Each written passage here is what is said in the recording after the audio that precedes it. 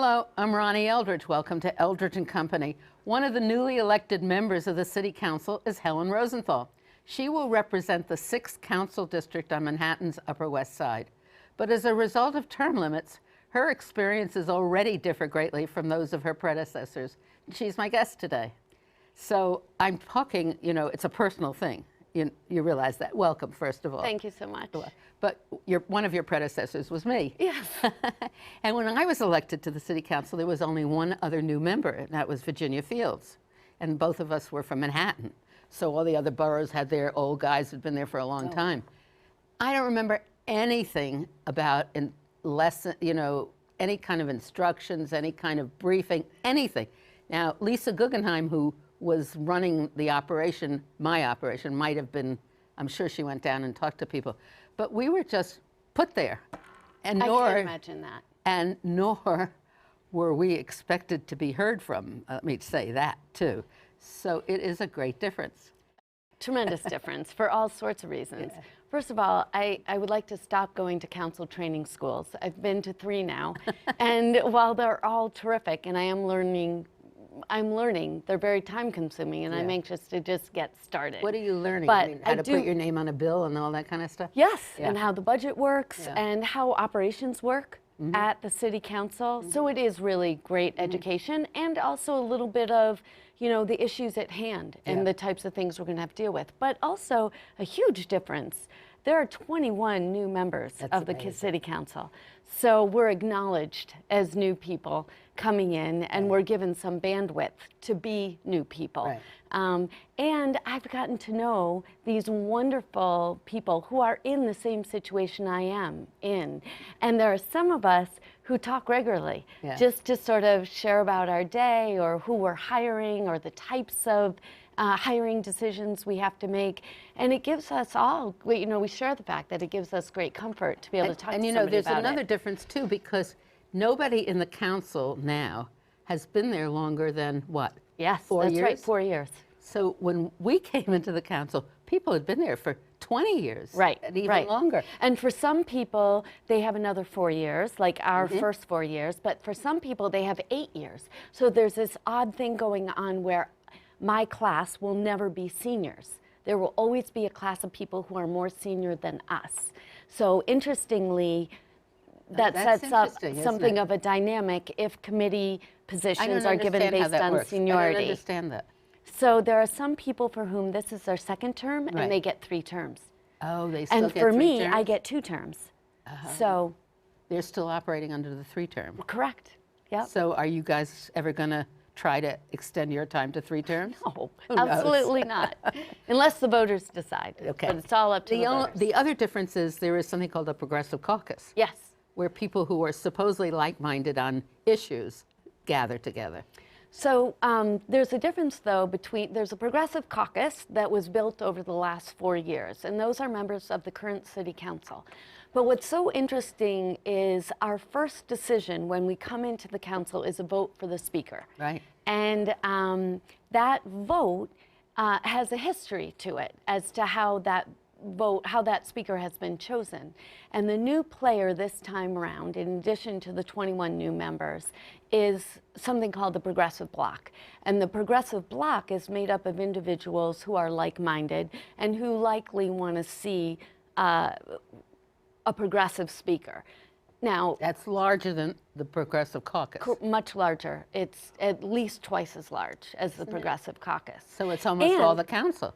Half of the council, right? So the Progressive Caucus, I think, is roughly about 10 people. The bloc is 20+ people. And then in the new term, there will again be a Progressive Caucus, and the current members of the Progressive Bloc may or may not join the Progressive Caucus. That's interesting, too. Yes. Yeah. And when I was a council member, the speaker had already been the speaker. That's right. For quite a while. We'll be electing a new speaker, and we are being courted. When I was in the council, everybody had a political history within the political organizations. Yes. Now, you have not had none. that. How many people are there in the council like you? I don't actually know the answer to that question because I don't, it's sort of the definition of who I am. I don't even know other people's political situation. I have come upon, however, a couple of others. I would say a solid handful. What's so interesting to me is that it used to be the county leaders who got together and decided who was going to be the speaker. And they're a little threatened now, right? Yes. Yeah. And I think what the Progressive Bloc is trying to do as a bloc is say, there's another group in town that has a point of view, and we want to have a voice in who is the speaker. So, of course, for somebody who comes from Manhattan, we are, as electeds, a little more independent. So we wouldn't necessarily have a county leader who is telling us how to vote. But in other counties, and you have to understand, Ronnie, I've just come to understand this over the last 2 months. I'm not, this is not my forte, so I don't necessarily understand this thoroughly. But in other counties, there are county leaders who are not city council members who do have, by leadership, that means that they encourage their city council members to vote for a certain speaker. Now, do you understand what the power the county leader has? Well, I know what it has I don't mean historically. in the council. I don't mean in the council. I mean in the district. Why are these council members following a county leader? Well, I think the county leaders help them get elected. They provide a mechanism. You know, so to get elected to office, you need to have a certain number of votes. You have to get on the ballot, so you need a certain number of signatures, and that can be viewed as hard work. Now, in my district, I relished the opportunity to get signatures, and I'm very proud of the fact that I had over 5,000 signatures to get my name on the ballot, because that meant I and my team were out there collecting signatures. But in other counties or in other districts, there are literally other people who take care of it, so your name can get on the ballot. But in addition to that, there are streams. We are in the weeds. We are streams of patronage. Yes. There are jobs that are appointed. Yes. There are law guardians that are appointed in the courts. Yes. All of that. And what interests me is that up until now, a lot of the members, they sort of self-censored themselves because they're afraid of the results of their independence. Sure. And there were a lot of them like that. What's refreshing to me is somebody like you coming into the mix, having no awareness at all of this, and essentially, and I hope you don't mind if I say this, Please. Really no interest in it. Correct. That is true. And that you operate on what your ideology is and on common sense. And what a difference that's going to make. Yes. You know, had you ever met a county leader before you were elected? No. See? I mean, yes and no. It just wasn't the game I played. Right. And so it was not, you're right. The way, I asked people to vote for me based on the fact that I had worked in city government before, I cared deeply about the issues, and I hope that people voted for me for that reason, and I hope they will vote for me for that reason 4 years from now. But do you understand what I'm saying also? I do. It's such an interesting, refreshing point of view, and I just hope that there are more like you in the council. Yeah, I think you'll see that there are more like me. I don't know that there's a majority, but there are many more like me. And in a way, it ties into the election of de Blasio, because he just went out and said very straightforward things that people felt. That's right. Without worrying, as other candidates did, absolutely, about annoying this constituency or that constituency. Absolutely. And one thing I'm very excited about is that I happen to be on the same page as de Blasio, as his message was very similar to my message.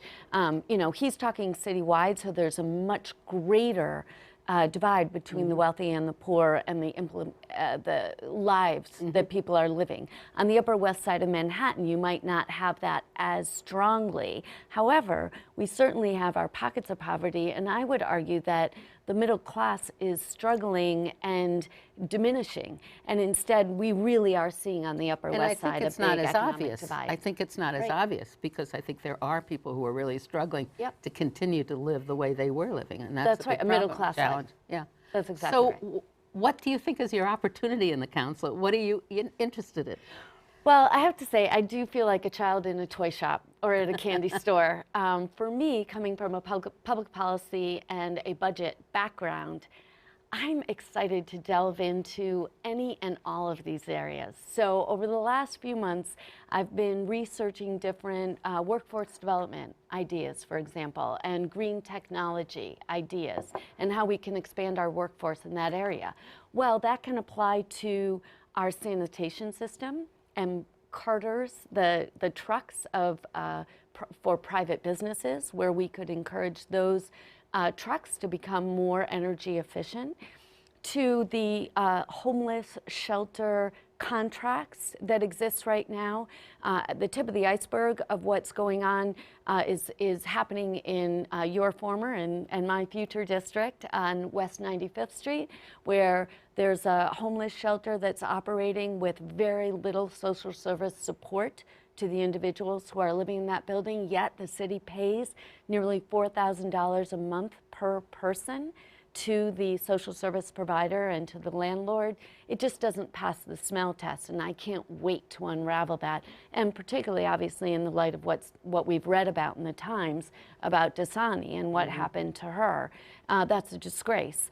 All the way to what's happening with the Department of Education, both in terms of its policy, Common Core, high-stakes testing, how we treat our teachers and principals. I'm so excited to work on that, and to expand the number of seats available to public school students in my district and throughout the city. So how do you think you're going to be able to do this? Oh my goodness, 24 hours, 24-hour job, and have a great staff, which I'm growing. I have a wonderful staff, so they're going to keep us grounded in the district. I'm excited to meet more of my constituents and work with them, but also I know I need to get to know my colleagues in government and work with them to try to change the systems, the way government doesn't work. And I'm excited to work with Bill de Blasio.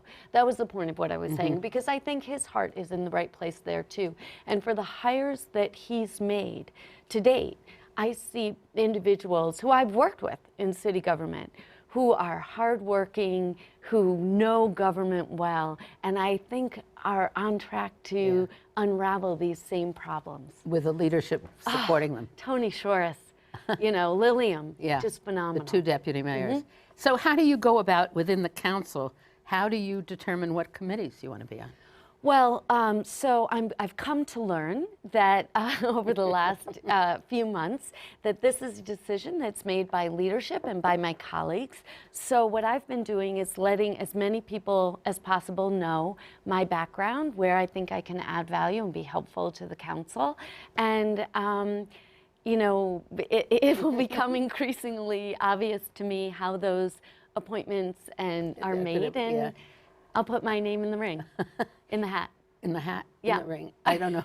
I'm hoping to be a member of a variety of committees where I can be helpful in that regard. You know, I know the budget very well. I'm hoping to be on the finance committee. I know contracts well. I'm hoping to be on contracts. And care deeply about education. I hope to be on that committee. So that sounds like a really good trio. Yeah. And then you'll go to meetings, because council members can attend any meeting. And I plan, yes, I hope to do all of that. Now, this progressive bloc. Yes. Have they adopted the rules that the Progressive Caucus was recommending? Or? Yes. So what difference are we going to have in the rules? So the Progressive Bloc has put forth some rules reform that we've put before all the speaker candidates and asked them to pledge to support. And some of the speaker candidates have. Some have said, I'm looking at the rules reform. Some of them I'm not so sure about. And that was interesting to us as a bloc. But some of the rules are things like, you know, bills have to come out of committee. And they can't just sit in committee and die, that there has to be an independent drafting committee, that the way that discretionary money is given to every council member is more equalized and less used as a tool to punish or reward members who are behaving or not behaving in the council. There's been some history on that hasn't been pleasant, not only for the council member, but for the district they represent. So we're trying to weed out that And that stuff. has a sub-argument in it, doesn't it? Because some people want it distributed according to need. Yes. So one could argue, I think, given that, you know, I represent, and I think this is what you're getting to, a district. There are all sorts of anomalies when you look at, you know, how the money has been distributed to date. And to date, the money has been distributed in many regards based on things that don't necessarily reflect need. On friends. And what Let's be more blunt about it. the goal is to make sure that the money is distributed based on real need. And that would be an outcome I am in support of, even if it means the district I represent gets a little less. Because of the extreme disparity, the result will likely be a district like District 6 or the Upper East Side or anywhere in Manhattan. Really, there won't be major changes. It's other outlying districts where there's been great amount given for no real reason that will be curtailed. But how do you? It really will be okay, Upper West Side, if you're. How do you decide need? Well, based on poverty rates. But isn't that what the mayor's budget tries to do?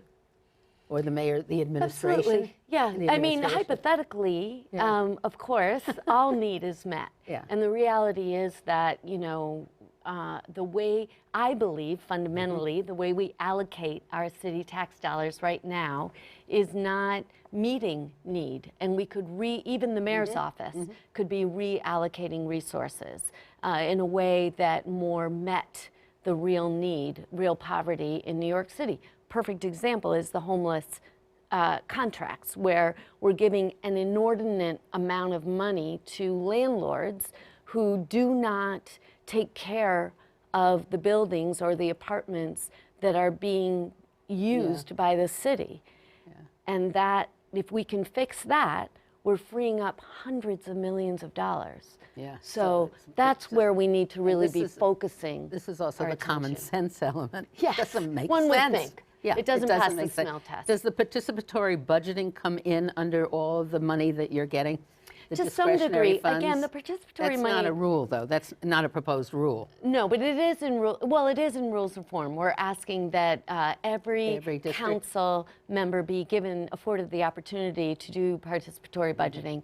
And the hitch with participatory budgeting is that it takes a lot of staff. In order to have democracy and really get everyone involved in your district and making the decision about how we're going to spend $1 million in capital money, that means reaching out to lots of communities that haven't been tapped into before, and that takes staff, and that's been the hitch historically. The reality is it doesn't take that much money, and it's a matter of the effort.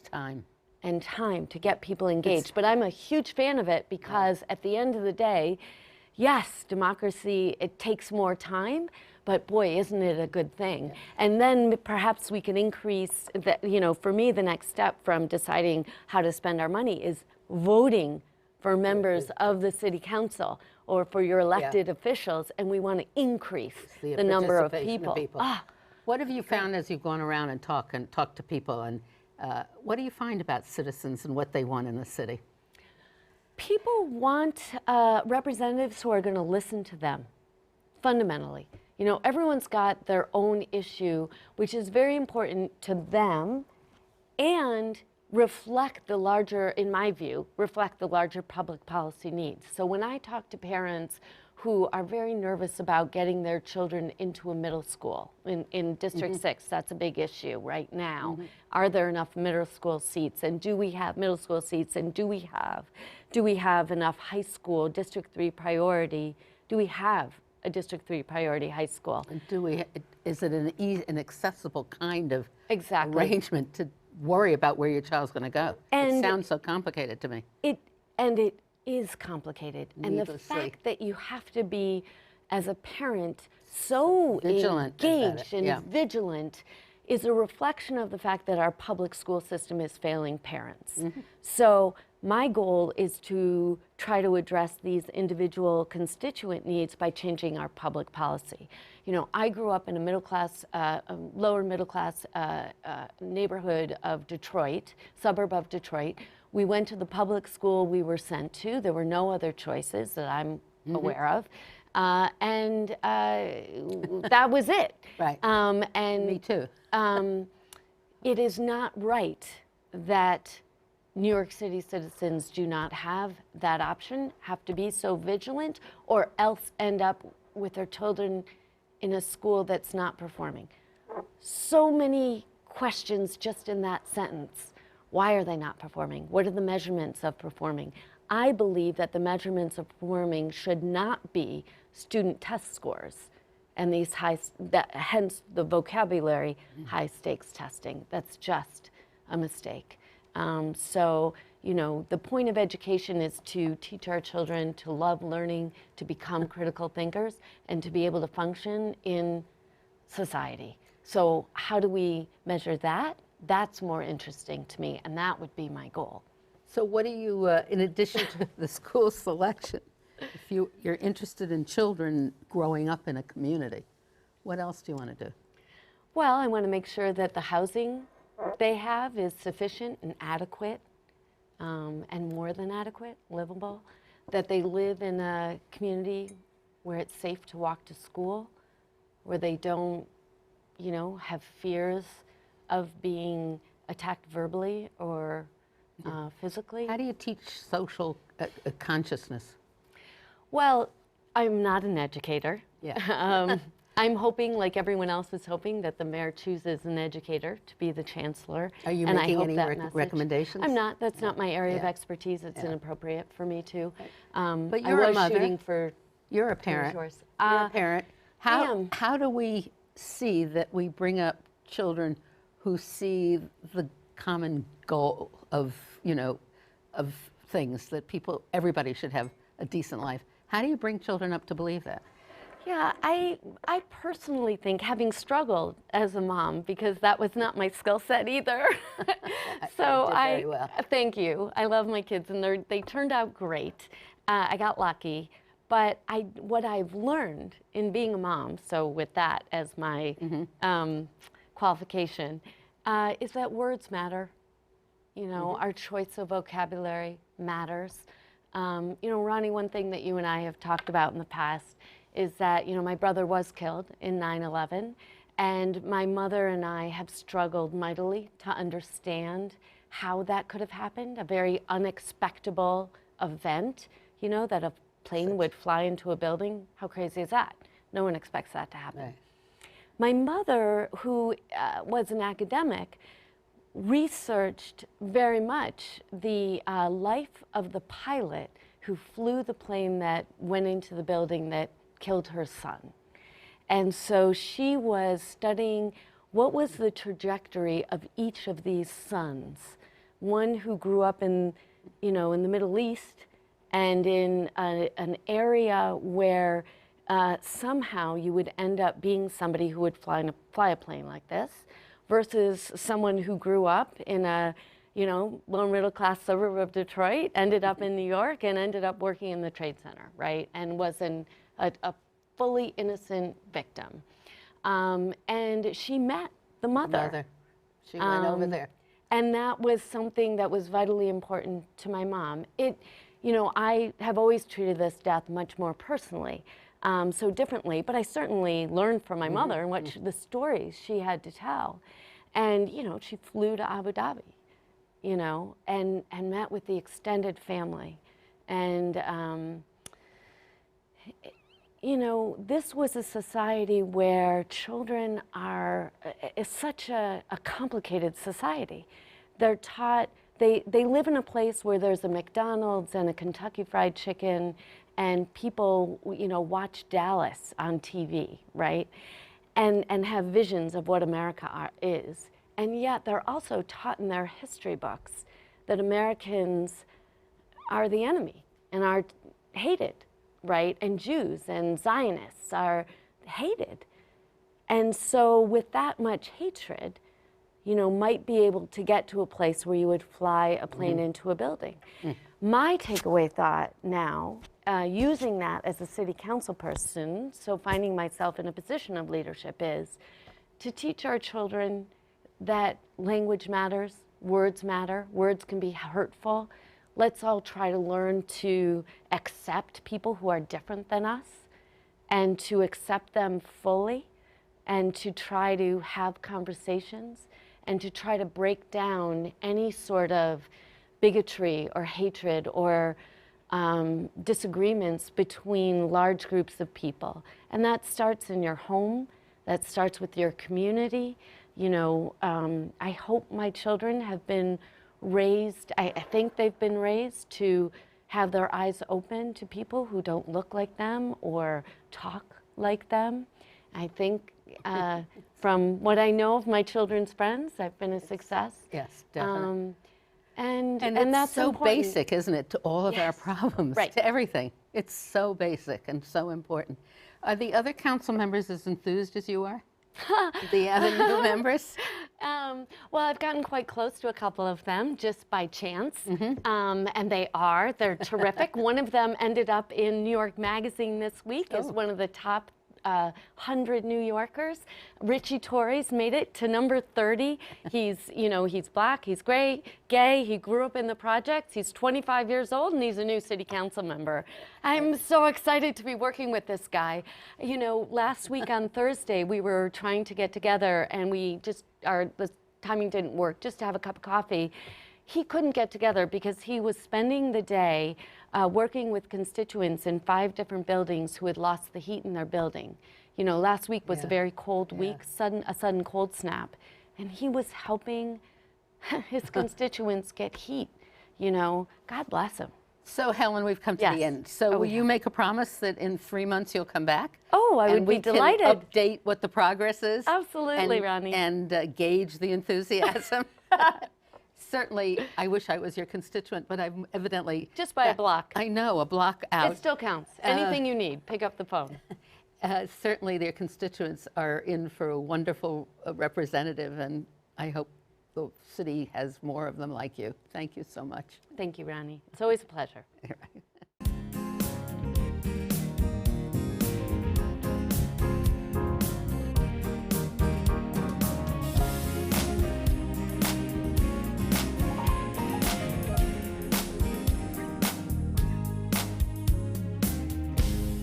If there are any people you'd like to hear and topics you'd like us to explore, please let me know. You can write to me at CUNY TV, 365 Fifth Avenue, New York, New York, 10016, or you can go to the website at cuny.tv and click on Contact Us. I look forward to hearing from you.